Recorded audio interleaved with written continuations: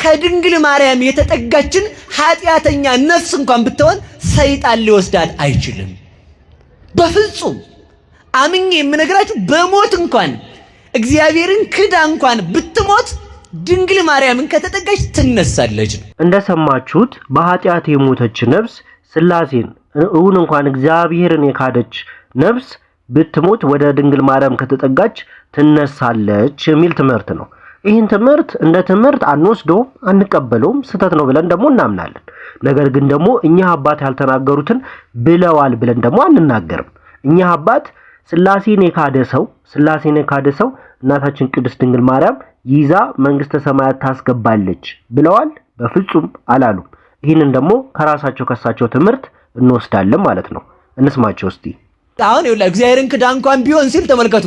ድንግል ማርያም ከሃዲ ገነት አታስገባም። በዛው ላይ ይዛችሁልኝ ሂዱ። እሺ፣ የካደ ሰው ገነት አይገባም። እሺ፣ እንደሰማችሁት ከሆነ ቅድስት ድንግል ማርያም የካደን ሰው ሥላሴን የካደን ሰው መንግስተ ሰማያት ታስገባለች ማለት እንዳልሆነ ከራሳቸው አንደበት ሰምተናል። ታዲያ ቤተክርስቲያን ሥላሴን የካደ ሰው ማርያምን ቢጠጋ እንደ ካደ ሆኖ መንግስተ ሰማያት ታስገባለች የሚል ትምህርት የላትም፣ ስልጣንም ደግሞ የላትም ቅድስት ድንግል ማርያም።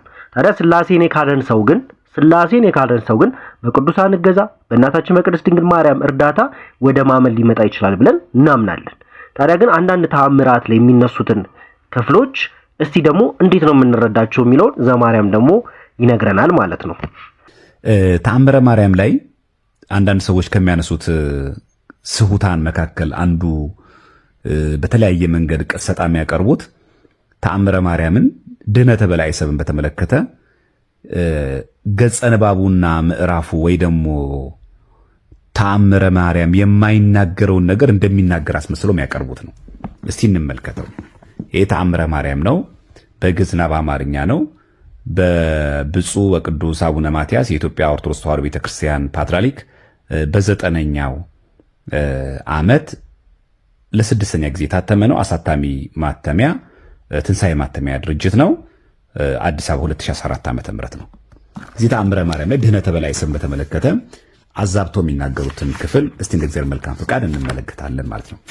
በእርግጥ እዚሁ ላይ ተአምር 40 ላይ ነው የሚገኘው። በዚህ እትም ላይ እመቤታችን ከልጇ የምሕረት ቃል ኪዳንን እንደተቀበለችም ይናገር ነው። እዚህ ክፍል ላይ ይናገራል። እዚህ ክፍል ላይ ድኅነተ በላይ ሰብን በተመለከተ ሲናገር አንዳንድ ሰዎች እመቤታችን በኃይል አድንልኝ እንዳለች አስመስለው እንዳውም ካላዳንክልኝ ጡቶቼን ቆርጬ እጥላለሁ ብላ አስፈራርታለች በማለት ይናገራሉ። በእውነ ይሄ ንግግር እንደዛ ነው ወይ? አንድ ቅዱስ ለእግዚአብሔር ሲማጸን ራሱን አሳልፎ ቢሰጥ እግዚአብሔር ማስፈራራት ተብሎ ይተረጎማል? እስቲ እንመልከት መጽሐፍ ቅዱስን። ኦሪት ዘጸአት ምዕራፍ 32 ቁጥር 32 እንመልከት ምን እንደሚል። 32 እንዲህ ይለናል። እግዚአብሔር አምላክ ሙሴም ወደ እግዚአብሔር ተመልሶ ይላል። ቁጥር 31 ስንመለከት ሙሴም ወደ እግዚአብሔር ተመልሶ ወዮ እኒህ ሕዝብ ታላቅ ኃጢአት ሰርተዋል፣ ለራሳቸውም የወርቅ አማልክት አድርገዋል። አሁን ይህን ኃጢአታቸውን ይቅር በላቸው፣ ያለዚያ ግን ከጻፍኸው መጽሐፍ እባክህ ደምስሰኝ አለ። እያስፈራራውን እግዚአብሔር ሙሴ አይደለም፣ እንዲድኑ ያለውን ተምኔት ፍላጎት ነው የሚያሳየው። ጽኑ ፍላጎት ነው የሚያሳየው።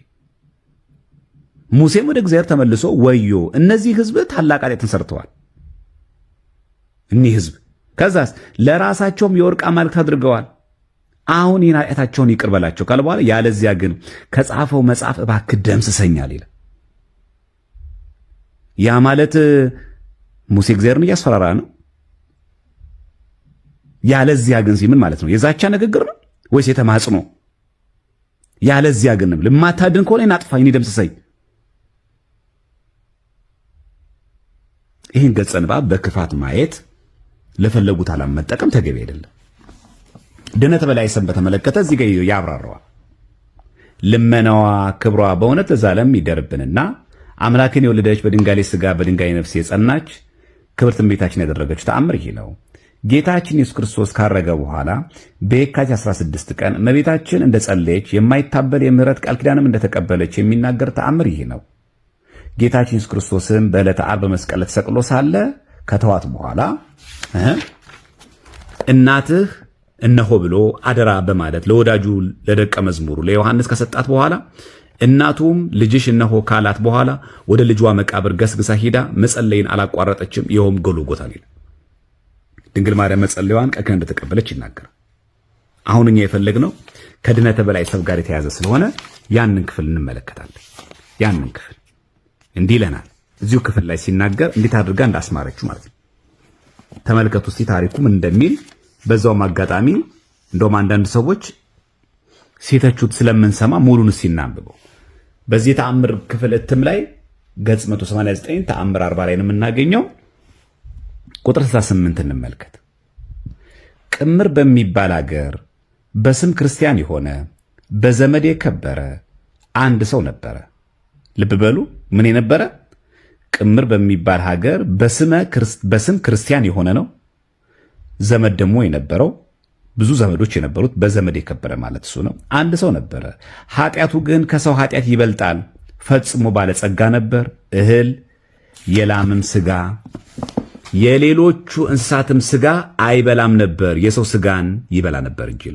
ለምን? የበላቸውም ሰዎች 78 ነፍሳት ያህላሉ። ባልንጀሮቹ፣ ወዳጆቹም፣ ዘመዶቹም፣ ቤተሰቦቹም አለቁ፣ ተጨረሱ። ከባሮቹም እንዳይበላቸው የሸሹ አሉ። ከአገልጋዮቹ ከባሪያዎቹ ማለት ነው። ከሁለቱ ልጆቹና ከሚስቱ ጋር ብቻውን ቀረ። ይህ አላዋቂ ሰው እሳቸውንም ሳይቀር በላቸው እንጂ አላዘነላቸው። ያን ጊዜ ከቤቱ ወጣ። ውሃ ከሚጠጣበት ከአንዲት ረዋትና ከአንዲት ጦር በቀር ከዚህ ሁሉ ብዕሉ አልወሰደም ይላል። ሀብት አልወሰደም። ብዕል ማለት ሀብት ነው። ጦሩም በወርቅ ያጌጠ ነበር። ሲሄድም ገበሬ ሲያርስ አገኘውና ይገድለው ዘንድ ተከተለው፣ ሸመቀበት። ያ ማለት በላይ ሰብ ይህንን ገበሬ ገድሎ ገበሬውን ሊበላው ማለት ነው። ገበሬው ግን ያው አየለበትና ሸመቅ ማለት ተከላከለው። እንዲበረታበት አውቆ ተወው። ገበሬው ሲበረታበት በላይ ሰብ አቅም አነሰው፣ ተወው። ወደሱ ሂዶ እንዴት ዋልህ አለው። ሁለተኛ አንዱን በሬ ሽጥልኝ አለው። ገበሬውም ምን ትሰጠኛለህ አለው። በወርቅ መሸቢያ የተያዘ ጦሬን ውሰድ አለው። ገበሬውም ከሁሉ ይልቅ እህል ይሻለኛልና አይሆንም አልሁ አለው። 3 ጦሮችን እጨምርልሃለሁ አለው። ሁለተኛም አይሆንም አለው። በላይ ሰብም ገበሬውን ከዚያ አድርበት ዘንድ እስኪ ዋሻን አሳየኝ አለው። በቃ 3 ጦሮች ልስጥህ አለው። አልፈልግም አለ ገበሬው። ከዛ በላይ ሰብ ምን አለ ገበሬውን፣ በቃ ማድርበትን አንድ ዋሻ ስጠኝ አለው። ገበሬውን ባጠገብህ እነሆ ቤት አለና ከቤት አታድርምን አለው። በላይ ሰብም ሰው በሚያድርበት በቤት አላድርም፣ ነገር ግን የማድርበት አሳየኝ አለው። ገበሬውም አንተ በዘመድ የከበረ የአንጌበን ሰውን ትመስለኛለህ አለው። አወቀው ማለት ነው በላይ ሰብ። ልቦናህ ግን ክዳት፣ ሽንገላ የተመላ ነውና ቅምር በሚባል ሀገር እንደሚኖር እንደ አንድ ባለጸጋ ትመስላለህ አለው። ባለጸጋ የነበረ ሰው ይታወቃል ማለት ነው። በላይ ሰብም ወዳጄ ሆይ በሱ ለምን ትመስለኛለህ አለው። ያም ገበሬ ዋሻ አሳየው። በላይ ሰብም ውሃ በረዋት ይዞ ሄደ። በላይ ሰብም ወዳጄ ሆይ በሱ ለምን ትመስለኛለህ አለው። በሱ ለምን ትመስለኛለህ አለው። ያ ገበሬም ዋሻ አሳየው። በላይ ሰብም ውሃ በረዋት ይዞ ሄደ።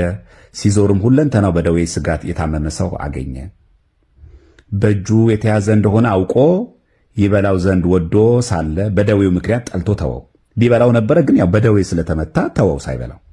ያ ድሃ ግን ፈጽሞ የተጠማ ነበረና ስለ እግዚአብሔር ብለ ውሃ ጠጣኝ አለው። ፈጽሞ ተቆጣ። ሁለተኛም ስለ ጻድቃንና ስለ ሰማዕታት ብለህ ስለ ሰማዕታት ስለ ሰማይና ስለ ምድር ብለህ አጠጣኝ አለው። መልሶ ፈጽሞ ተቆጣው። ሶስተኛም ፈጣሪያችንን ስለወለደች ስለ እመቤታችን ብለህ ነፍሴ ከስጋዬ ሳትለይ አስቀድሞ አጠጣኝ አለው።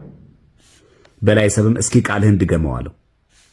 ሁለተኛም ድሃው አምላክን ስለወለደች ስለ እመቤታችን ስለ ማርያም ስም ብለህ አጠጣኝ አለው። በላይ ሰብም ይህቺ ደግ እንደሆነች በልመናዋ ከሲኦል የምታድን እንደሆነች እኔም ከሕፃንነቴ ጀምሬ ሰምቼ ነበር አለው። ከምን ጀምሬ? ከሕፃንነት ጀምሬ ምን ነበረና ክርስቲያን ነበር። ምን አለ እዚህ ጋር በላይ ሰብ ድንግል ማርያም ፈጣሪ ናት ብሏል አላለ? ይህቺ ደግ እንደሆነች ነው ያለው። በልመናዋ ምን ነው የሚለው? ልመናዋ ትለምናለች ነው። የምትለምነው ወደ ማን ነው? ወደ እግዚአብሔር። ለምና ምን የምታደርግ? ከሲኦል የምታድን። በልመናዋም ነው የሚለው። በፈጣሪነቱ አይልም፣ በአምላክነቱ አይልም። ቃል በቃል እዚህ ግልጽ ያለ ንግግር ነው። በልመናዋ ከሲኦል የምታድን። በልመናዋ ወደ ማን? ወደ እግዚአብሔር።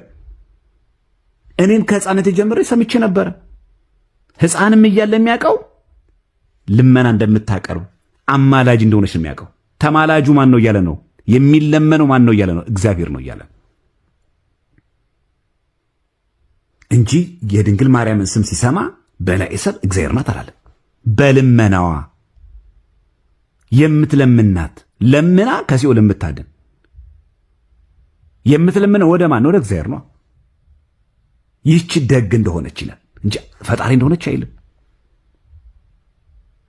ቃል በቃል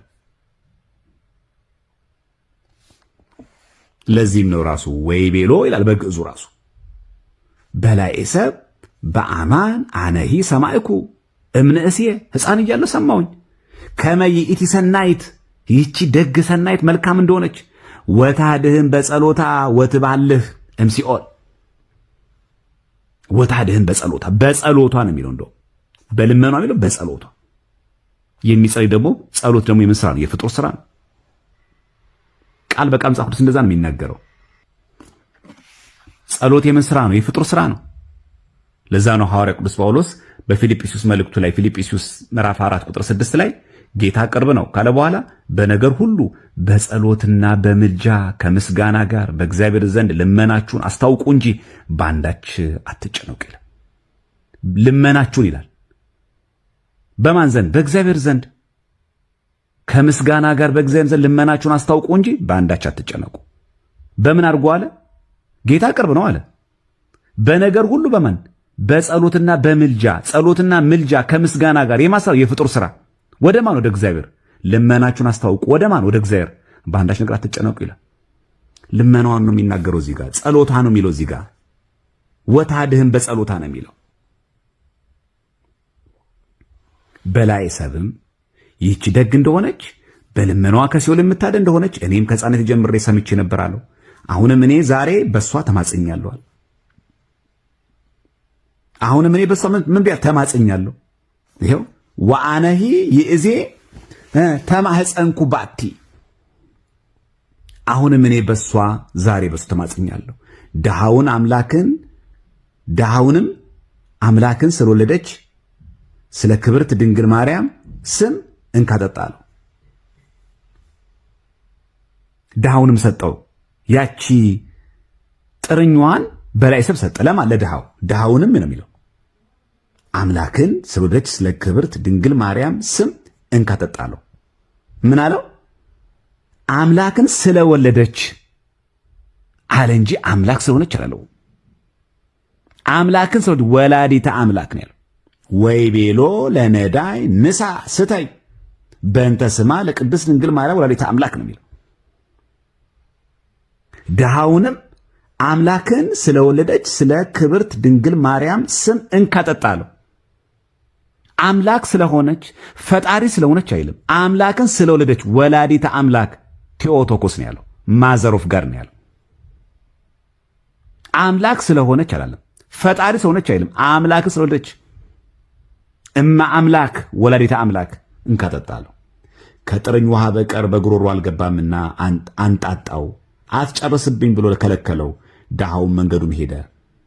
ከዚህ በኋላ በላይ ሰብ ከዋሻ ውስጥ ገብቶ እህል ከምበላ ሞት ይሻለኛል ብሎ ከጥቂት ቀን በኋላ በጽምና በረሃብ ሞተ ይልና በማስደንገጥ በማስፈራራት የጨለማ አበጋዞች አጋንንት መጥተው ከበቡት።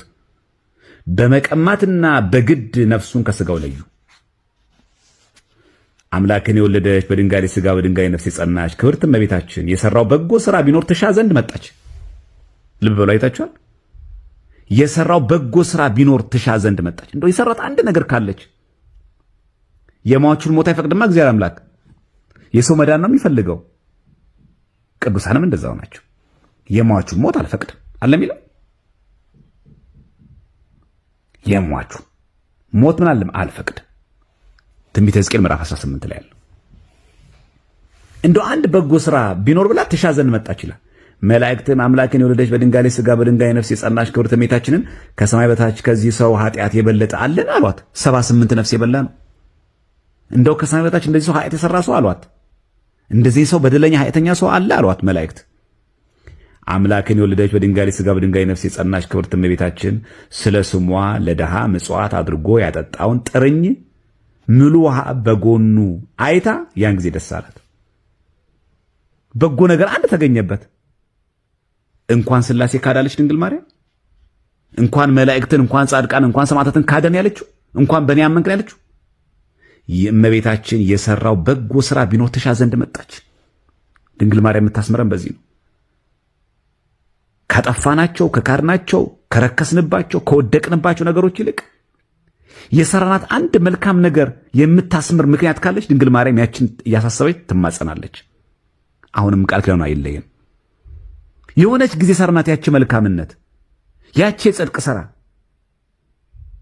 ያቺ የትሩፋት ስራ፣ ያቺ እግዚአብሔር የሚወዳት ስራ እሷ ታሳስባለች። አንድ መልካም ነገር ቢኖር ብላ እኮ ነው ትሻ ዘንድ መጣች። ውሃ አገኘች፣ ጠርኛዋ ደስ አላት። ወንድሞቼ ሆይ አምላክን የወለደች በድንጋሌ ስጋ በድንጋይ ነፍስ የጸናች ክብርት እመቤታችን ከሚሞት ክርስቲያን ነፍስ ሁሉ ዘንድ እንድትደርስ ይንወቁ። እንዲህ የምትመጣው ድንግል ማርያም ይህን ወቁ ይላል። ያችን ነፍስ በመፍራት በመንቀጥቀጥ እግዚአብሔር ፊት አደረሷት መላእክት። ያችንም ነፍስ ልቅሶ ጥርስ ማፋጨት ወዳለበት ቦታ ውሰዷት የሚል ቃል ወጣ። አምላክን የወለደች በድንጋሌ ስጋ በድንጋይ ነፍስ የጸናች ክብርት እመቤታችን ልጄ ሆይ ጌታዬ ሆይ ማርልኝ ያለች ሰገደች ነው የሚል። ወሰገደት እግዝእትነ ቅድስት ድንግል በክሌ ማርያም ወላዲተ አምላክ እንዘ ትብል መሐር ሊተ ወልድየ መሐር ሊተ ኦ እግዚእ። አምላክን የወለደች በድንጋሌ ስጋ በድንጋይ ነፍስ የጸናች ክብርት እመቤታችን ልጄ ሆይ ጌታዬ ሆይ ማርልኝ ያለች ሰገደች ነው የሚል። መች ዛተች? መች አስገደደችው እግዚአብሔር? እንቀጥል። ጌታም ይላል ምን የሚማርበት በጎ ሥራ አለው አላት። 78 ሰዎችን በልቷልና 78 ነፍስ በልቷልና አምላክን የወለደች በድንጋሌ ስጋ በድንጋይ ነፍስ የጸናች ክብርት እመቤታችንም በእኔ ስም ለድሃ ውሃን አጥጥቷልና። አንተስ ለእግዚአብሔር ነው የምትለው ስምሽን የጠራ ተስካርሽን ያደረገ የዘላለም ድነትን አግኝቶ ይኖራል ብለኸኝ አልነበረምን አለችው። ጌታም እውነት ነው መሐላዬን አላፈርስም አላት። አስፈራራችሁ ይላል። አሁን እዚህ ጋር አስገደደችው ይላል። የእግዚአብሔርን ውሳኔ አስቀለበሰች ነው የሚለው። እጁን ጠምዝዛ አሳመነችው ያለ ይሄ ቃል የቱ ጋር እንደዚህ የሚል ገጽ ማብያ ያለው? ማርልኝ አለችው። ምን የሚማርበት ነገር አለ አላት። 78 ነፍስ እኮ በልቷል አላት። ምን አለችው? እንኳን በላን ያለችው አምላክን ወለደች በድንጋሌ ስጋ በድንጋይ ነፍስ የጸናች ክብርት እመቤታችንም በእኔ ስም ለድሃ ውሃውን አጠጥቷልና አንተ ስምሽን የጠራ ተስካርሽን ያደረገ የዘላለም ድነትን አግኝቶ ይኖራል ብለኸኝ አልነበረምን አለችው። ጌታም እውነት ነው መሐላዬን አላፈርስም አላት ነው የሚለው። መላእክትንም ሚዛን አምጥታችሁ ስለ እናቴ ስም ያጠጣውን ያን ውሃ በአንድ ሚዛን እኒህም 78 ነፍሳት በአንድ ሚዛን አድርጋችሁ መዝኑት አላቸው። መዘኑት ይላል። ሚዛን ምንድነው የሚያሳየው? ፍትሐ እግዚአብሔርን። እስቲ ሚዛን ላይ ይቀመጥ እኛ ብንባል ምን ይሆን መልሳችን? በሕይወት ዘመናችሁ ያደረጋችሁት መልካም ነገርና የሰራችሁት ኃጢአት ቢመዘን የትኛው ያመዝናል? እንጂ በሰም ሚዛን አለ ማለት አይደለም። መጽሐፈ ኢዮብ ምዕራፍ 31 ላይ ቁጥር 5-6 ምንድነው የሚለው? በእውነተኛ ሚዛን ልመዘን እግዚአብሔርም ቅንነቴን ይወቅ ይላል። በሐሰት ሄጄ እንደሆነ እግሬም ለሽንገላ ቸኩላ እንደሆነ ይላል። በእውነተኛ ሚዛን ልመዘን ማለት አሁን እኛ ክብደት የምንለካበት ሚዛን ማለት ነው። ኢዮብ እንደዛ ነው የተናገረ ያለው አይደለም። መጽሐፈ ኢዮብ ምዕራፍ 31 ቁጥር 5-6 ላይ በእውነተኛ ሚዛን ልመዘን ሲል ምን ማለቱ ነው? አንተ እግዚአብሔር ሆይ አንተ መዝነኝ። እስቲ ምን ያመዝናል? የሰራሁት ክፋትና ኃጢአት ነው የሚያመዝነው ወይስ የሰራሁት ጽድቅ ያመዝናል? እስቲ አንተ መዝን ማለት ነው። ይሄ ቃል ምንም የሚጋጭ ነገር የለውም። የእግዚአብሔር ቃል ነው። እንደውም በትንቢተ ኢሳይያስ ላይም አለ ይሄ ቃል። ምን ይላል? ትንቢተ ኢሳይያስ ምዕራፍ 40 ቁጥር 12 ላይ ውሆችን በፍኙ የሰፈረ ሰማይንም በስንዝር የለካ የምድርንም አፈር በመስፈሪያ ሰብስቦ የያዘ ተራሮችን በሚዛን ኮረብቶችን በሚዛን የመዘነ ማን ነው ይላል። ከእግዚአብሔር ውጭ ማን ነው? የእግዚአብሔርን መንፈስ ያዘዘ ወይስ አማካሪ ሆኖ ያስተማረው ማን ነው ይላል። ማን አለ? ማንም የለም። ስለዚህ በመጽሐፍ ቅዱስ ላይም ራሱ በሚዛን ተመዝነህ ቀለህ ተገኘ ይላል አይደል? ትንቢተ ዳንኤል ምዕራፍ 5 ቁጥር 27 ላይ ትንቢተ ዳንኤል ምዕራፍ 5 ቁጥር 27 ላይ ቴቄል ማለት በሚዛን ተመዝነህ ቀለህ ተገኘ ይላል። በሚዛን ተመዝነህ ቀለህ ተገኘ ማለት በሰማይ አሁን ሚዛን ኖሮ ነው እና ይሄንን ቃል እንደው ስናነበው እንደው ግራ የሚያጋባን ነገር ሊሆን አይገባም። ባጭሩ ይሄ ሊያጋባን አይገባም። ስለዚህ ሚዛን ሲባል በላይ ሰብ የሰራት ያቺ ጥርኝ ውሃና የሰራት ጽድቅ የሰራት በጎነት ያቺ ጥርኝ ውሃና የበላቸው 78 ነፍሳት የትኛው ያመዝናሉ? መዝኑት አላቸው። መዘኑት ይላል። ከ78ቱ ነፍስ ያጥርኝ ውሃ መዘነ። በጣም ይገርማል። ያችም ነፍስ አምላክን በወለደች በድንጋሌ ሥጋ በድንጋሌ ነፍስ በጸናች በክብርት እመቤታችን አማላጅነት ድና ወደ መንግሥተ ሰማያት ገባች። አማላጅነት ነው የሚለው፣ አስገዳጅነት አይልም። እመቤታችን አማላጅነት ድና ወደ መንግሥተ ሰማያት ገባች። ያን ጊዜም የብርሃን መላእክት ምስጋና አደረጉ። ወዳጆቼ ሆይ ይላል። ምን እያለን አሁን እዚህ ጋር የሚመክረው? ሥላሴን ካዱ፣ ጻድቃን ሰማዕታትን ካዱ፣ የድንግል ማርያም ምልጃ ያድናል፣ ችግር የለም ብንክድ፣ ዋጋ የለውም የሚያስፈራ ነገር የለም፣ በቃ ሥላሴን ስም መካድ ቀላል ነው እያለ ነው። ሎቱ ስብሐት አይደለም። ወዳጆቼ ሆይ በላይ ሰብ አምላክን በወለደች በእመቤታችን አማላጅነት ይኸው በጥቂት ጥርኝ ውሃ ምክንያት እንደዳነ ስሙ። ተስካሯን የሚያደርግ ቤተክርስቲያኗን የሚሰራ ይልቁንም ተአምሯን የሚጽፍና በአማላጅነቷ ያመነ ያለ ሐሰት በእውነት እንደምን ክብርን ባለሟልነትን ያገኝ ይሆን ይልና በምን ያልቃል? ልመናዋ ክብሯ በእኛ ለዛለም በእውነት ይደርብን አሜን። በቃ አለቀ። ተአምሩ እዚህ ጋር ያበቃ። የቱ ጋር ነው አስገድዳ ድንግል ማርያም እግዚአብሔርን ትእዛዙን አስቀይራ አዳነችው የሚል አማላጅነት ነው የሚለው። እንደውም በቤተክርስቲያናችን ትምህርት ምን የሚል ቃል እናገኛለን? ጥላዋን አሳረፈችበት ይላል። ረድኤቷን ነው፣ ቃል ኪዳኗን ነው፣ አማላጅነቷን ለማለት ነው። በመጽሐፍ ቅዱስ ላይ እኮ ለእግዚአብሔርም እኮ ጠላት ብሎ ተነግሯል። ለምሳሌ ልበ አምላክ ዳዊት በመዝሙር 17 ቁጥር 8 ላይ እንደ አይን ብሌን ጠበቀኝ ይላል። እንደ አይን ብሌን ጠበቀኝ ካለ በኋላ ምን ይላል? በክንፎች ጥላ ሰውረኝ ይላል። አሁን በክንፎች ጥላ ሰውረኝ፣ በረድኤት ሰውረኝ፣ በመግቦት ሰውረኝ፣ በቸርነት ሰውረኝ ማለቱ ግን እኮ የሚለው ክንፎች ጥላ ይላል። ጥላ ነው የሚለው፣ በክንፎች ጥላ ነው የሚለው እና ዳዊትም እዛው መዝሙር 62 በቅንፍ 63 ቁጥር 7 ላይ ረዳቴ ሆነኸኛልና በክንፎችህም ጥላ ደስ ይለኛል። ረድኤቱ መግቦቱ ምን ይባላል? ጥላ ይባላል። ለቅዱሳን ሲሆንስ አማላጅነታቸው ቃል ኪዳናቸው ይባላል፣ ጥላ ይባላል። እዚህ ጥላዋን አሳረፈችበት ማለት ቃል ኪዳኗ አማላጅነቱ። የእግዚአብሔር ሲሆንስ ጠብቆቱ መግቦቱ አምላክነቱ ኃያልነቱ እሱ ምን ይባላል? ጥላ ይባላል። ተአምረ ማርያም የሚያወራ ይሄንን።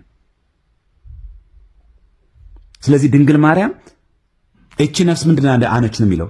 ያችም ነፍስ አምላክን በወለደች በድንጋሌ ሥጋ በድንጋሌ ነፍስ በጸናች በክብርት እመቤታችን አማላጅነት ድና ይላል ወደ መንግሥተ ሰማያት ገባች ይላል። ድና ሲል እንዴት ድና ይባላል? መዳን እኮ በእግዚአብሔር ነው፣ በኢየሱስ ክርስቶስ በማመን ነው። አዎ ነው። የቤተክርስቲያንም የትምህርቷ ማዕከል ያ ነው። ድና ማለት ግን አዳነ ማለት ግን የእግዚአብሔርን ማዳን አንድ ፍጡር ተጻረረ ማለት ግን አይደለም። ለምሳሌ ኦሪት ዘፍጥረት ምዕራፍ 37ን እናንብበው እስቲ። ኦሪት ዘፍጥረት ምዕራፍ 37 ቁጥር 2ን እንመልከት። 37 ቁጥር 2 ምን እንደሚለው ኦሪት ዘፍጥረት ምዕራፍ 37 ቁጥር 21 ላይ ኦሪት ዘፍጥረት ምዕራፍ 37 ቁጥር 21 ላይ ሮቤልም ይህን ሰማ፣ ከእጃቸውም አዳነው፣ እንዲህም አለ ሕይወቱን አናጥፋ ይላል። ሮቤልም ይህን ሰማ፣ ከእጃቸውም አዳነው ነው የሚለው። ዮሴፍን ያዳነው እግዚአብሔር ወይስ ሮቤል? ሮቤልም ይህን ሰማ፣ ከእጃቸውም አዳነው፣ እንዲህም አለ ሕይወቱን አናጥፋ። ከእጃቸው ማዳናቸው እኮ ነው የሚለው። አዳነው ነው የሚለው። አዳነው፣ ከእጃቸውም አዳነው። ማን? ሮቤል። ማንን? ዮሴፍን። ታዲያ ሮቤል ነው የሚያድነው። ሮቤል ደግሞ የእግዚአብሔር ማዳን ወሰደ፣ ሸፈነ፣ ጋርዳ ይባላል እንዴ? ታደገው ማለት አይደል? አዳነው ነው የሚለው። በአንደኛ ቆሮንቶስ መልእክቱ ላይም ሐዋርያ ቅዱስ ጳውሎስ በአንደኛ ቆሮንቶስ መልእክቱ ላይ በምዕራፍ 9 ላይ ያለውን ቃል ደግሞ እናንብበው እስቲ። በአንደኛ ቆሮንቶስ መልእክቱ ሐዋርያ ቅዱስ ጳውሎስ በምዕራፍ 9 ቁጥር 22 ላይ ያለውን ገጽ ንባብ እናንብበው። 9:22 እንዲህ ይለናል። ምዕራፍ 9 ቁጥር 22 እንዲህ ይላል፣ ደካሞችን እጠቅም ዘንድ ለደካሞች እንደ ደካማ ሆንሁ፣ በሁሉ መንገድ አንዳንዶችን አድን ዘንድ አለ። በምን መንገድ? በሁሉ መንገድ። የሚገርም ቃል እኮ ነው። በሁሉ መንገድ አንዳንዶችን አድን ዘንድ። ያድን ዘንድ አይደለም፣ አድን ዘንድ። አድን ዘንድ ከሁሉ ጋር በሁሉ ነገር እንደነርሱ ሆንሁ ይላል። በሁሉ መንገድ አንዳንዶችን አድን ዘንድ የሚያድን ማን ነው? ጳውሎስ ወይስ እግዚአብሔር? በሁሉ መንገድ የሚያድን እግዚአብሔር ኢየሱስ ክርስቶስ ወይስ ደግሞ ሐዋርያ ቅዱስ ጳውሎስ? በሁሉ መንገድ አድን ዘንድ ነው ያለው። እፈውስ ዘንድ እኮ አላለም። የሥጋ ፈውስ አለ የሚያወራው። በሁሉ መንገድ ወንጌልን በማስተማር እኮ ነው። ደካሞችን እጠቅም ዘንድ ለደካሞች እንደ ደካማ ሆንኩኝ። በሁሉ መንገድ አንዳንዶችን አድን ዘንድ እኮ ነው ያለው። አድን ነው ያለው። ከሁሉ ጋር በሁሉ ነገር እንደነርሱ ሆንኩ ይላል። በወንጌል ማህበርተኛ እሆን ዘንድ ስለ ወንጌል ሁሉ አደርጋለሁ ይላል። አይ ሰውን ለማዳን ወንጌል እኮ የነፍስ ናት አይደል? ድህነተ ነፍስን ነው የምታሰጠው። አድን ዘንድ ይላል። እዚሁ ሐዋርያ ቅዱስ ጳውሎስ በነገራችን ላይ ሮሜ መልእክቱ ላይ የተናገረው ቃል ነው። ሐዋርያ ቅዱስ ጳውሎስ በሮሜ መልእክቱ ላይ በምዕራፍ 11 ራሱ ብንመለከት ይሄን እናገኛለን። ምዕራፍ 11 ቁጥር 13 ላይ እናገኘዋለን። 11:13 ላይ ለእናንተም ለአሕዛብ እናገራለሁ፣ እኔ የአሕዛብ ሐዋርያ በሆንሁ መጠን ይላል ሥጋዬ የሆኑትን ይላል የሆኑትን አስቀንቼ ምናልባት ከነርሱ አንዳንዱን አድን እንደሆነ አገልግሎቴን አከብራለሁ ይላል። ከነርሱ ምን አደረግ ዘንድ? አንዳንዱን አድን እንደሆነ። ይሄ የጳውሎስ ማዳን አንዳንዶችን የክርስቶስን ማዳን ይጋርደዋል። አድን እንደሆነ እያለ የሚያድነው ከስጋ ማስመለጥ ነው፣ ከስጋ ሞት ነው የሚያድነው። ይህንን ነው የምንረዳው። ከፈውስ ነው የሚያድነው። አንዳንዶችን አድን እንደሆነ በምን? በእግዚአብሔር ቃል። ታዲያ ድንግል ማርያም ከቅዱስ ጳውሎስ ያነሰች ናት? የድንግል ማርያም ቅድስና ቅዱስ ጳውሎስ ያነሰ ነው? አሳዳጅ የነበረ ሐዋርያ ምርጥቃ ሆኖ በወንጌል ሰው የሚያድን ከሆነ ድንግል ማርያም እንዴት አታድን? ያ የቅዱስ ጳውሎስ ግን አድን ዘንድ እንደሆነ አንድ አድን እንደሆነ የሚለው የማዳን ኃይል ማን ሰጠው? እግዚአብሔር። ለድንግል ማርያም ማን ሰጠት? እግዚአብሔር። የመጽሐፍ ቅዱሳችን ትምህርት ይሄ ነው። በነገራችን ላይ ሰው ራሱ ማዳንም አለበት። ሰውን ብቻ ሳይሆን ሰው ራሱ ማዳንም አለበት። በዚህ በመጽሐፈ ምሳሌ ላይ እናገኘዋለን። ይሄን መጽሐፈ ምሳሌ በምዕራፍ 6 ቁጥር 3 ላይ እንዲህ ይለናል። ምዕራፍ 6 መጽሐፈ ምሳሌ ምዕራፍ 6 ቁጥር 3 ላይ እንዲህ ይለናል፣ ልጄ ሆይ ይህን አድርግ ራስህንም አድን ይላል። በጎረቤትህ እጅ ወድቀሃልና። ራስህን አድን ማለት እግዚአብሔር አያድንህም ማለት ነው። ራስን በራስን የምታድነው ማለት ነው። ትንቢተ ኤርምያስን እንዲሁ ነው። ትንቢተ ኤርምያስ ምዕራፍ 51 እንመልከት። ትንቢተ ኤርምያስ ምዕራፍ 51 እንመልከት። 51 ላይ ቁጥር 45 እንመልከት ምን እንደሚል። ቁጥር 45 ላይ እንዲህ ይለናል፣ ሕዝቤ ሆይ ከመካከሉ ውጡ፣ እያንዳንዳችሁም ከእግዚአብሔር ጽኑ ቁጣ ራሳችሁን አድኑ ይላል። በምንድን ነው ያድኑት? በንስሐ ራሳችሁን አድኑ እኮ ነው የሚለው። ሌላው አድኑ እኮ ለምን? ራሳችሁን አድኑ። እዚሁ ትንቢተ የሚገርማችሁ ኤርምያስ ላይ ምዕራፍ 48 ላይ ማለ ይሄው ትንቢተ ኤርምያስ ምዕራፍ 48 ላይ ቁጥር 6 ላይ እንደዚህ ይላል። ትንቢተ ኤርምያስ ምዕራፍ 48 ቁጥር 6 ላይ እንዲህ ይላል፣ ሸሽታችሁ ራሳችሁን አድኑ ይላል፣ በምድረ በዳ እንዳለ ቁጥቋጦ ሁኑ ይላል። ሸሽታችሁ ራሳችሁን አድኑ ነው የሚለው። እኔ ያላደናችሁ ማለቱ ነው።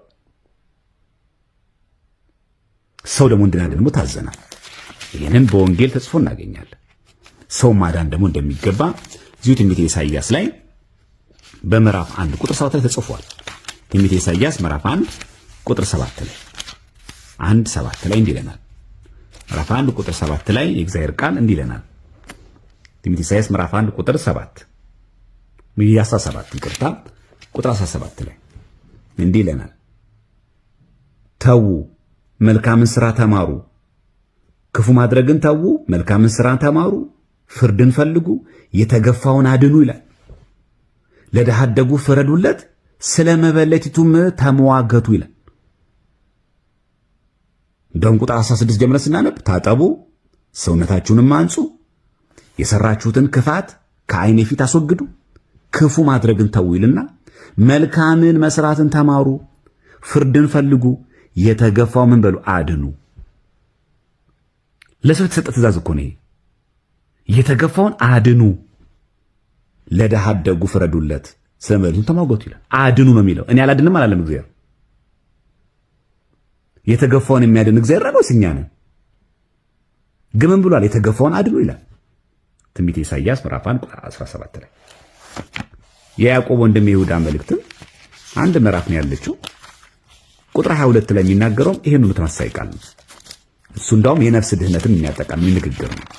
ይሄው የያዕቆብ ወንድም የይሁዳ መልእክት ላይ ቁጥር 22 ላይ ምን እንደሚል እናንተ አንዳንዶችን ተከራካሪዎችን ውቀሱ አለ። አንዳንዶችን ተከራካሪዎችን ውቀሱ ካለ በኋላ አንዳንዶችንም ከእሳት ነጥቃችሁ አድኑ፣ አንዳንዶችንም በስጋ የረከሰውን ልብስ እንኳ እየጠላችሁ በፍርሃት ማሩ። ማሩ እኮ ነው የሚለው። የሚምር ማን ነው? የሚያድንስ ማን ነው? አድኑ እኮ የሚለው። አንዳንዶችን ተከራካሪዎች ውቀሱ ካለ በኋላ አንዳንዶችን ከእሳት ነጥቃችሁ አድኑ ይላል። ከእሳት ነጥቃችሁ አድኑ ማለት እሳት አደጋ ሰራተኞችን እየተናገረ ያለ?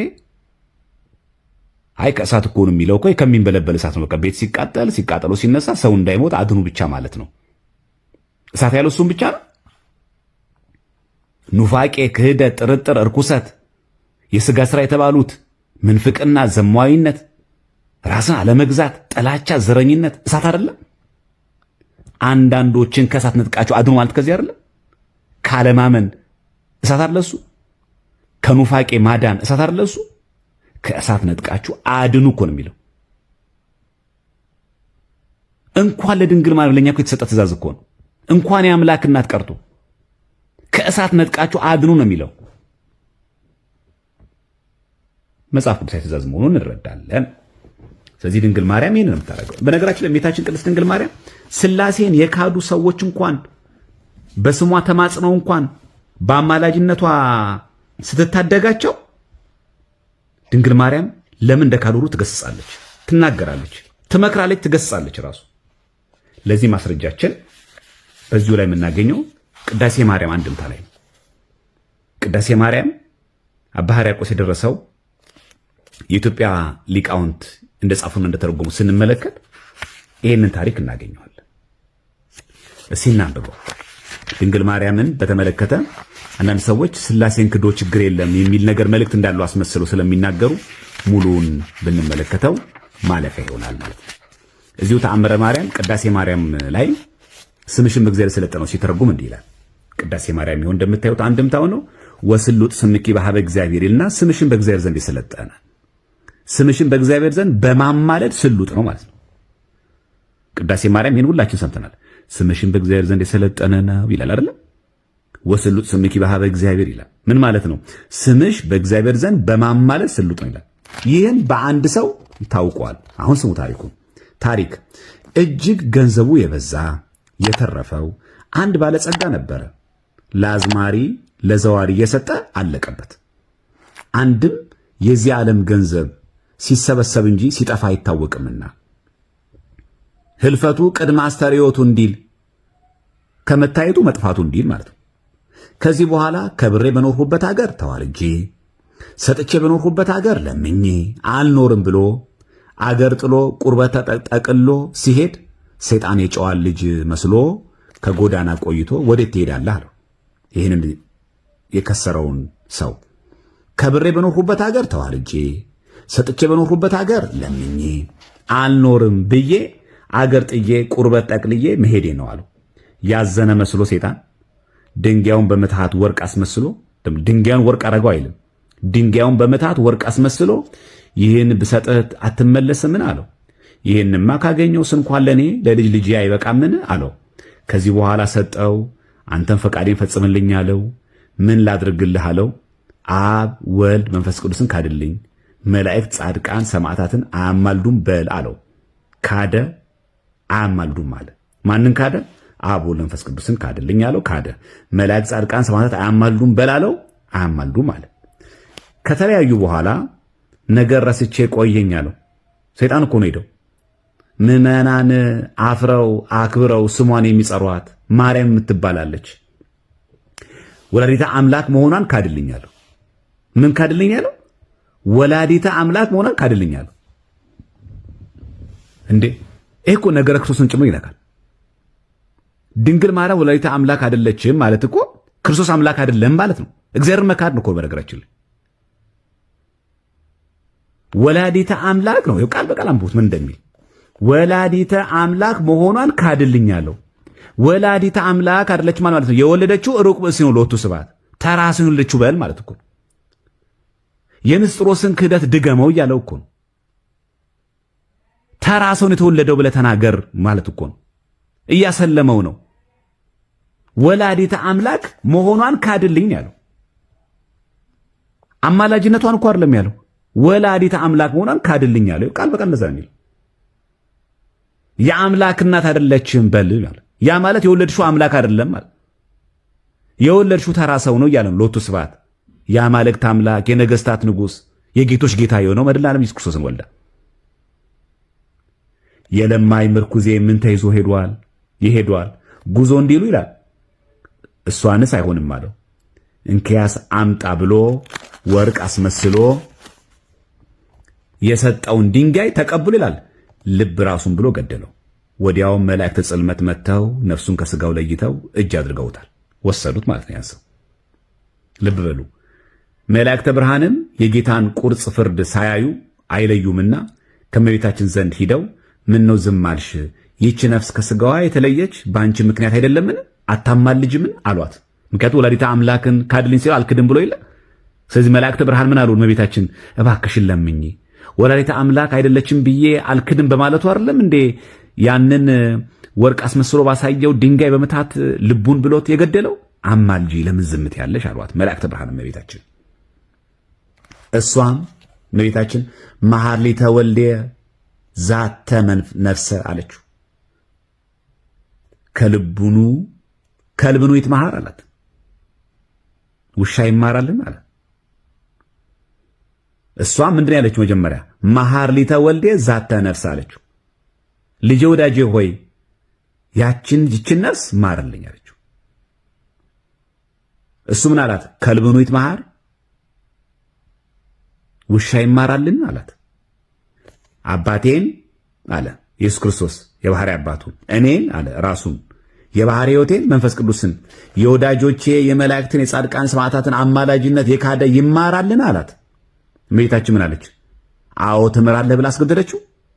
ሐሳብን ያስቀየረችው አዎ ስላሴን ክዶ ችግር የለም ያለችው ዘጸዋ ስመኪ ወዘገብረ ተስካረኪ እምህር ለኪ ያልኸው ቃልህ ይታበላልን አለችው። ስምሽን የጠራ ዘጸዋ ስመኪ ወዘገብረ ተስካረኪ ተስካርሽን ያደረገ እምህር ለኪ እምርልሻለሁ ያልኸው ቃል ይታበላልን? እሱ ይቀራል እሱ ቃልህ አለችው እንጂ ስላሴን ቢክር ችግር የለውም አላለችው። የመላእክት የጻድቃን የሰማዕታት አማላጅነት ቢክድም ችግር የለውም አላለችው። ቀላል ነገር ነው አላለችው። ያውስ ቢሆን አለችው። እሱ ያውስ ቢሆን የሕጸጽ ምግባር ነው እንጂ የሕጸጽ ሃይማኖት ነውን? ምን ማለት ነው? በምግባር ችግር ያለበት እንጂ በሃይማኖት ችግር ያለበት ነው። ስላሴ መካድ የሃይማኖት መካድ ነው፣ የስነ ምግባር አይደለም። እኔ እኮ ስምሽን የጠራ ተስካርሽን ያደረገ እምርልሻለሁ ያልኩት እኮ በሃይማኖት ሕጸጽ ቢኖርበት የምግባር ጉድለት ቢኖርበት ማለት የምግባር ችግር ቢኖርበት እንጂ የሃይማኖት ጉድለት ቢኖርበት አላልኩ ማለቱ። ስላሴን ክዶ ስምሽን የጠራ ይድናል አላልኩም። ስላሴን ክዶ ተስካርሽን ያደረገ እምራለሁ አላልኩም። ስላሴን ክዶ ስምሽን የጠራ ይድናል አላልኩም። ያውስ ቢሆን የሕጸጽ ምግባር ነው እንጂ በስላሴ አምኖ በቅዱስ ኦርቶዶክሳዊ እምነት የታመነ ሰው ማለት የምግባር ጉድለት ያለበት ነው እንጂ የሃይማኖት ሕጸጽ ያለበት ሰው በዚህ ተስካር በዚህ ቃል ኪዳን አይድንም ማለት። ስለዚህ በእመቤታችን በስሟ ብንዘክር የተራበ ብናበላ የተጠማ ብናጠጣ ድህነትን እናገኛለን በድንግል ማርያም ምልጃ ስንል የስነ ምግባር ሕጸጽን ነው። ይሄው እዚህ ጋር ቃል በቃኝ ነው። ያውስ ቢሆን የሕጸጽ ምግባር ነው እንጂ የሕጸጽ ሃይማኖት ነውን? የስነ ምግባር ነው። በስላሴ ሳይታመን በስላሴ ስም ሳንጠመቅ ሜሮን ሳንቀባ ሳንከብር በመንፈስ ቅዱስ ሳንታተም ስጋው ደግሞ ሳንቀበል ስሟን ብንጠራ ተስካሯን ብናደርግ አንድ ነን። ታዲያ ስሟን መጥራቱ ተስካሯን ማድረጉ እምራለሁ የሚለው ቃል የሚጠቅመው ምንድን ነው? የሕጸጸ ምግባር ነው። የምግባር ጉድለት መቼም ሰው አይደለንም። በምግባር ብዙ ጉድለት ይኖራል። በሃይማኖት አይደለም የሚለው በምግባር። በዚህ አጋጣሚ እንረዳለን የቅዱሳን ቃል ኪዳን አማላጅነት ረድኤት እኛን የሚጠቅመን የሚያገለግለን እግዚአብሔርን ክደን ለመዳን የሚያስፈልጉትን መጽሐፍ ቅዱሳዊ ትእዛዞችን ደፍጥጦ አይደለም፣ ረግጦ አይደለም። እሱ እንደተጠበቀ ሆኖ የምግባር ጉድለት አለብንና እንዋሻለን፣ እንሰርቃለን፣ እንዘሙታለን። የምግባር ሕጸጽ ነው ቃል በቃል እንጂ እግዚአብሔርን ካድ፣ ስላሴን ካድ፣ መላእክትን ካድ፣ ከዛ በስሟ ዘክር፣ ስሟን ጠራ ትድናለህ የሚል ጥቅስ የለም። ለዛ ነው እዚህ ጋር ቃል ያውስ ቢሆን ያላት እንደዚህ ያልኩሽ ለማለቱ ነው። የሕጸጽ ምግባር ነው እንጂ የሃይማኖት ነው። የሕጸጽ ሃይማኖት የሃይማኖት ሕጸጽ አይደለም፣ የስነ ምግባር ሲሆን ይሄ ሰው ግን ያጠፋው ስላሴን ካደው የሃይማኖት ክህደት ነው ያለበት። ይሄ የስነ ምግባር አይደለም አላት። ነገር ግን አላት ከስጋይ ስጋ ከነፍስሽ ነፍስ ነስቼ ሰው መሆኔ ፈቃድሽ ላልፈጽምልሽ ነውን? ምሬልሻለሁ አላት። ምንድነው ግን አላት እዚህ ጋር ይሄን የሚያደርገው ለምንድን ነው አላት? የሕጸጸ ምግባር በአቡነ ተክለ ሃይማኖት ብንል፣ በአቡነ ገብረ መንፈስ ቅዱስ፣ በአቡነ ዘርአ ብሩክ፣ በቅዱስ ወለተ ጴጥሮስ፣ በቅዱስ ክርስቶስ ሰምራ፣ በቅዱስ ጊዮርጊስ፣ በአቡነ ተክለ ሃይማኖት በእነዚህ ጻድቃን ሰማዕታት ሁሉ ቃል ኪዳን አማላጆች ያድነናል ስንል የሕጸጸ ምግባር ነው እንጂ በስላሴ ባታምን ችግር የለውም፣ ባትጠመቅ ችግር የለውም፣ ቁርባን ባትቀበል፣ ባትቆርብ፣ ስጋው ደግሞ ባትቀበል የእነዚህ ቅዱሳን ምልጃ ያድናል አይልም። ይኸው እዚህ ጋር ራሱ ይናገራል። የሕጸጸ ምግባር ነው። የቅዱሳን ምልጃ የቅዱሳን ቃል ኪዳን እኛን የሚራዳን እኛን የሚታደገን ከስነ ምግባር ጉድለት ነው እንጂ በሃይማኖት ክደን ከሃይማኖት በአፋ ሆነን በኑፋቄ ውስጥ ሆነን ስምሽን የጠራ ተስካርሽን ያደረገ ይድናል የሚለው ቃል ኪዳን ይፈጽማል ማለት አይደለም። እዚህ ጋር ይሄ ራሱ ቁልጭ ያለ እግዚአብሔር ቃል አማናዊ መሆን ይረዳል፣ ያስረዳል። ከዛ ምን አላት ግን ከነፍስሽ ነፍስ ከስጋይ ስጋ ነፍስ ነስቻለሁና ፈቃድሽን አልፈጽም ነው። ይሁን ትክክል ነው እያለ አይደለም ስላሴ መካድ፣ ትክክል ነው እያለ አይደለም የጻድቃን የሰማዕታት የመላእክትን ቃል ኪዳንና አማላጅ መካድ። ነገር ግን እንደው ስጋሽን ከስጋሽ ስጋ ከነፍስሽ ነፍስ የነሳሁት እንዲህ ነውን? ግን ቃል ኪዳኑ የሚያገለግለው ለምንድን ነው? ለስነ ምግባር ሕጸጸ ምግባር ነው እንጂ ሕጸጸ ሃይማኖት አይደለም። ከዛ ምን አለች እመቤታችን? እንኪያስ ከማርህልኝ አለችው። ምሬልሻለሁ አላታ። ከማርህልኝ ነፍሱን ከስጋው አዋህደ አስነሳልኝ አለችው። ነፍሱን ከስጋው ጋር አዋህዶ አስነሳላት። ከዛ ምን ይላል እዚህ ጋር? ለምን ካድህ አለችው ይላል። አይታችኋል እዚህ ጋር እመቤታችን ተመልከቱ። ምሬልሻለሁ አላት። እንኪያስ ከማርህልኝ ነፍሱን ከስጋው አዋህደ አስነሳልኝ አለችው። ነፍሱን ከስጋው ጋር አዋህዶ አስነሳላት። ማን? መድኃኔዓለም ኢየሱስ ክርስቶስ ያስነሳላት እሱ ነው። ለምን ካድክ አለችው። አይዋን ይሄው በቃል ኪዳኔ እኮ ፈውሻለሁ፣ በቃል ኪዳኔ እኮ ምሬሃለሁ፣ አስምሬሃለሁ፣ ድነትን አግኝተሃል፣ በቃ ግባ ገነት ነው ያለችው አይልም። ለምን ካድክ አለችው። ከዛ ምን አለችው? ምን አላት እሱ? ባጣ አላት። ታዲያ ያጣ ይለምናል እንጂ ይክዳልን? አሁንም ከልጄ አማልጄ እንዲህ ካለ ቦታ ምግብህን አዞልሃል ሂድ አለችው። ከማን? ከልጄ አማልጄ። በዚያም ቦታ አንድ ባለጸጋ ነበረ። አንዲት መልከ መልካም ልጅ ነበረችው። ባለጸጋ መጥቶ ልጅን ስጠኝ አለው። እንደሆነ ልጄን በመልክ አትተካከላትም ይለዋል። ያው እንግዲህ ያ ባለጸጋ በጣም ትዕቢተኛ ነው። ባለጸጋ መጥቶ ልጅ ስጠኝ ሲለው አይ እንደው መልክ ደግሞ ያንሳል ይለዋል። መልከ መልካም መጥቶ ነው የሚጠይቀው ደግሞ አይ ገንዘብ የለህም ይለዋል። እንግዲህ ከፍቅሩ ጽናት የተነሳ ይላል ያኖራት ነበር ይላል። ስለዚህ እዚህ ገጸ ንባብ ለሚናገረው ምንድነው? ለምን ካድህ አለችው ይላል። ባጣ አላት። ያጣ ይለምናል እንጂ ይክዳልን? አሁንም ከልጄ ከወዳጄ እንዲህ ካለ ቦታ አማልጄ አለችው። እንዲህ ካለ ቦታ ምግብን አዘዋልና ሂድ አለችው ይላል። ግዝሜታችን ለምን ካድህ?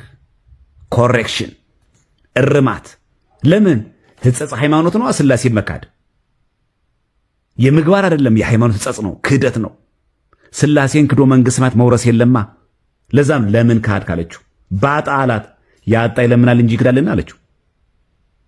ስለዚህ እመቤታችን ሥላሴን የካደ ትምህርተ ሃይማኖትን የካደ ሰው ሲደን በአማላጅነቷ ካደነች በኋላ እንኳን ካድክ አትለው፣ አስነሳል። ለምን ካድክ? ትገስጻለች፣ ታስተምራለች። ለሥላሴ መስገድን ሰግድን የምታስተምርላችሁ የሌለ ተአምረ ማርያም ማነው? ውዳሴ ማርያም ላይ ለሥላሴ መስገድን ሰግድን የምታስተምርላችሁ ይላል እኮ ውዳሴ ማርያም ላይ። ቃል ኪዳኗ አማላጅነቷ በሁላችን ላይ ይደርብን። በነገራችን ላይ በዳዊት መዝሙርም እንዲሁ እናገኛለን። የዳዊት መዝሙር 82 ቁጥር 4 ላይ እናገኛለን ይሄንን ቃል ማዳን ለድንግል ማርያም ብርቁ አይደለም፣ ለኛም የተሰጠ ነው። የዳዊት መዝሙር 82 ላይ ቁጥር 4 እንደምትመለከቱት ብቸኛውንና ችግረኛውን አድኑ ይላል፣ ከኃጢአተኞችም እጅ አስጥሏቸው ይላል። ማንን? ብቸኛውንና ችግረኛውን አድኑ። መዝሙር 81 በቅንፍ 82 ቁጥር 4 ላይ ብቸኛውንና ችግረኛውን አድኑ እኮ ነው የሚለው። አድኑ ከኃጢአተኞችም እጅ አስጥሏቸው ነው የሚለው። እዚህ ይሄ ገጸ ንባብ የሚያሳየው ብቸኛውን ችግር አድኑ የሚለው። እኔ አላድንም አላለም። ብቸኛና የተቸገረን የሚያድነው እግዚአብሔር ነው እንጂ እኛ ነን እንዴት አለ? ግን አድኑ ይላል እግዚአብሔር። ከኃጢአተኞችም እጅ አስጥሏቸው ይላል። የሚያስጥል ማን ነው? ስለዚህ ለሰው ተሰጥቷል። ለሰው ሁሉ እንኳን ለማምላክ እንኳን ለወላዲተ አምላክ እንኳን ለድንግል ማርያም እንኳን ለአምላክ እናት እንኳን ለእመቤታችን። ስለዚህ እመቤታችን በዚህ መንገድ ያንን ሰው እንዳስማረችውና ክህደቱን ደግሞ አስተካክላ ለምን ካድክ ብላ አሚነ ሥላሴን እንዳስተማረችው ሥላሴን መካድ እንደማይገባ ብታጣ ታዲያ ይለምናል እንጂ ይካዳል ሥላሴ ብላ እንጂ ሥላሴን ብትክር ችግር የለውም እኔ አስድኛለሁ እኔ አስፈውሻለሁ አለችው። በቃ ተፈውሰሃል ድናል ግባ አይደለም ያለችው። ለምን ካድክ? ይሄው ገጽ 73 ላይ ቅዳሴ ማርያም አንድምታው ላይ እንደዛ ይናገራል። በረከቷ አማላጅነቷ በሁላችን ላይ ይደርብን። ሰው ሥላሴን ክዶ መንግሥተ ሰማያት መግባት አይችልም። የድንግል ማርያም ድርሻዋ የሞተን ማስነሳት ነው። አሃ ድንግል ማርያም ስትሆን የሞተን አታስነሳም ልትል ነው መናፍቅ አይደል? ጳውሎስ አላስነሳም፣ ጴጥሮስ አላስነሳም፣ አስነስቷል። ጴጥሮስና ጳውሎስ ከሚያስነሱት በላይ ለነሱ ሃይማኖትን የወለደች ድንግል ማርያም ሙት ብታስነሳ ይደንቃል።